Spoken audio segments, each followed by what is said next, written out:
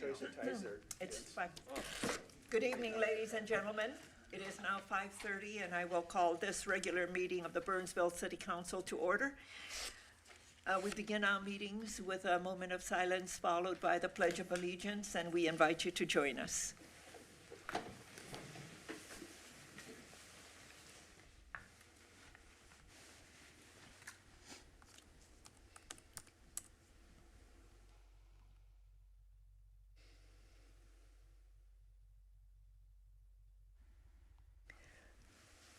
I pledge allegiance to the flag of the United States of America and to the republic for which it stands, one nation, under God, indivisible, with liberty and justice for all.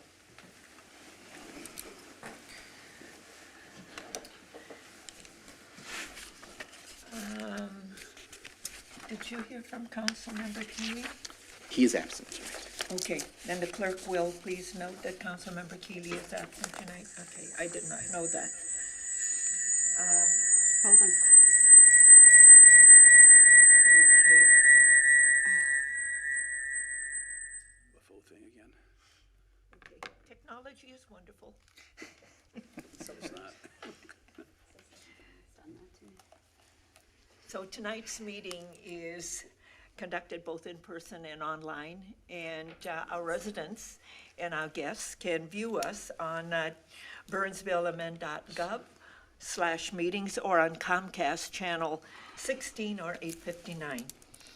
The public can also participate in the meetings through Zoom by joining us at zoom.us/join. More information is available on our meetings webpage and in the council agenda packet. The next item on the agenda is announcements. And our announcements have to do with all of our upcoming meetings. Regular council meetings are scheduled for Monday, August 5th at 5:30 p.m. And the reason why our meeting is held on Monday in August is because Tuesday is Night to Unite. And so we're meeting on Monday, and then we'll be out in the community to engage with our residents. The next council meeting is scheduled for Tuesday, August 20th at 5:30 p.m. We have a budget work session that's scheduled for tonight, Tuesday, July 16th at 6:30 p.m., and a special work session, which is our quarterly roundtable, and that is scheduled for Tuesday, July 23rd at 5:30 p.m. That meeting will be held in Dakota B room. Budget meeting work sessions on Tuesday, August 20th at 6:30 p.m. All meetings of the City Council are held in the chambers, except for those meetings that I would announce a different location. The next item on the agenda is citizens' comments. This is the opportunity for anyone in the audience to address the council on an item that is not on the printed agenda and not an application form that will be coming before us at a future date. Is there anyone in the audience who wishes an item who has an item to speak to the council about?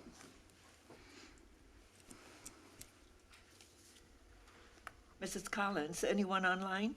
No one, Mayor. Okay, thank you. We will move on. The next item is additions to the final agenda, and this is for emergency items only.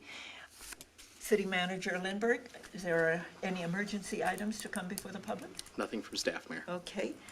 Council members? We then will move on. And the next item is the consent agenda. The consent agenda is a group of items that's considered to be routine and will be enacted by one motion. However, an item on a consent agenda can be removed for a separate discussion and vote. Is there anyone in the audience who wishes an item on a consent agenda to be removed for a separate discussion and vote? City Manager Lindberg. Not from staff, Mayor. Mrs. Collins. No one online, Mayor. Members of the council. Okay, may I have a motion to adopt the consent agenda, please? So moved. Second. There's a motion and a second. All in favor, please say aye. Aye. Aye. Opposed, say nay. And a motion carries. Thank you very much. And we're at the regular agenda. And the first item on the irregular agenda is 5A, and this is the affirmation of employee wellness enhancement. And presenting this evening is our Human Resource Director, Mr. Mike Tracy. Mr. Tracy, the floor is yours. Yes, good evening, Mayor and Council. Tonight I am here to present some staff recommendations regarding employee well-being investments for 2025. So just a little bit of background. We recognize that it's important for us to take care of our staff because they take care of the community. And we know well-being affects the employee engagement as well as helps produce better outcomes for our community. And so over the last year, we've met with staff. We created a well-being task force just to hear from them of what's important to them, what additional support do they need so they can be at their best and help provide to the community. And so these enhancements that I'll be presenting tonight are kind of a reflection of what we've heard from staff in terms of what they need. So the first one, by large, the number one concern or the number one ask that we got from staff is further access to mental health resources. So you'll see these first two investment recommendations, and the majority of the investment is in improving access to mental health for our staff. So we know we have established mental health programs or embedded mental health programs within our police and fire departments that are wildly successful. This plan is to further increase our investments in those programs to provide support for those in public safety, and then also to provide a pilot program to do embedded mental health for our non-public safety staff, so public works, city hall, and other facilities. So this would provide just a little pilot, roughly 8 hours or so a month, where a familiar face would be here, a mental health professional providing access and support to those staff. The next enhancement around mental health is an enhanced employee assistance program. So we currently have an employee assistance program that is relatively traditional. You call a 1-800 number, you get connected with somebody if you need assistance. This enhanced program provides a more robust, convenient, individualized resource for staff. So really it's, when you think about it in today's digital age, you can sit on your couch or wherever, pull up an app, it's modern, it's intuitive, and you can find the resources that appeal to you, again, the individualized aspect of it, and is available for all employees, dependents, spouses, and children. We're also recommending an enhancement to our current paid leave programs to include a 12-week paid well-being leave for staff experiencing a serious medical or mental health condition. This is one, just because it's a great benefit, helps reduce kind of the stress, the financial stress for staff if they're going out on a serious medical condition. We also know that there's a state program coming in 2026, so this gives us a year to pilot a program that we might be able to run on our own versus using a state program. And then lastly, some additional just development and support initiatives or investments is in creating some intentional well-being space here at City Hall and Public Works. So minor investments just to make sure that we have space for staff to clear their heads, focus on their well-being. So those would be, again, just some minor investments to get that space or the infrastructure for that. And then creating a Burnsville University Summit where we could bring staff together, spend time together, focus on well-being development and employee development, and then implementing an employee rec pass, which would just encourage staff to get out, see the facilities or use the facilities that we have here in the city, and get them outside. Okay. So if affirmed by council, the well-being investment totals about $341,000 from what I covered today. Staff have identified about $100,000 in current budget dollars that can be allocated to offset that. So if affirmed, staff would come forward during the 2025 budget process to include the new money request for the $241,000. And I will stand by for any questions. Okay.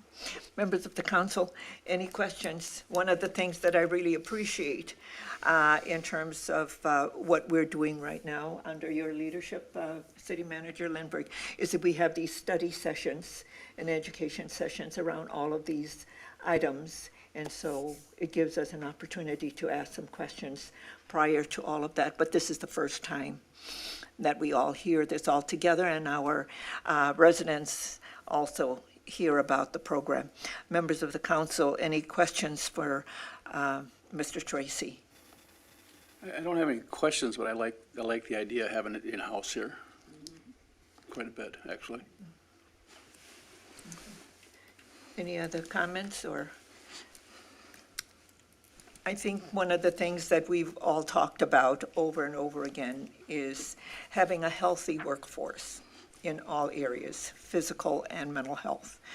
Because when they are healthy, they're going to do great work in service to the community that we are all called to serve. So for me, this is moving in the right direction and what we need to do. Having healthy employees, both mentally and physically, allows them to do the work that we expect of them. So, members of the council, staff is asking us to affirm the well-being enhancements that's before us. You need a motion on that, or Yes, we do. motion to affirm? Second. There's a motion and a second. All in favor, please say aye. Aye. Opposed, say nay, and a motion carries. Thank you very much. Mr. Lindberg, did you have a comment to make? Mayor and council, this is an important milestone from, just from a staff perspective. Our team has been working hard on these investments, and I think it's worth, while I don't always comment on your action, I think it's worth recognizing that your support is very much helping us to create the kind of culture where we can care for and support our people in ways that lead our market and lead our industry, and more importantly, are just human. So I really appreciate your guidance, your support, your willingness to have the hard conversations about making investments in our people.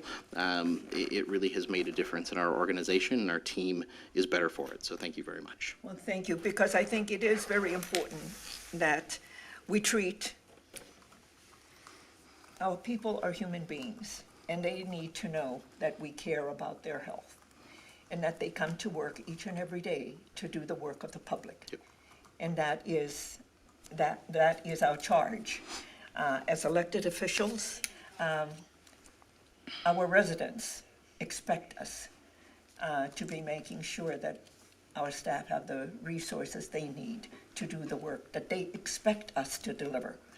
So, thank you very much for your leadership on all of that, and Thank to you. all of our staff for making sure that we move ahead with all of this.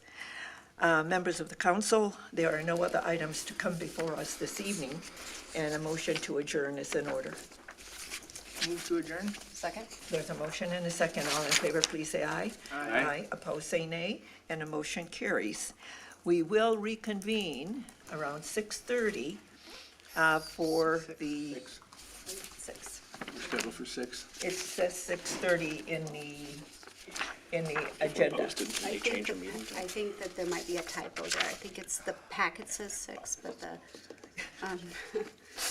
Well, the then, agenda let's says make 6. sure we, The agenda says 6, but I think it was changed to 6, but it wasn't changed in the announcements page Well. or something.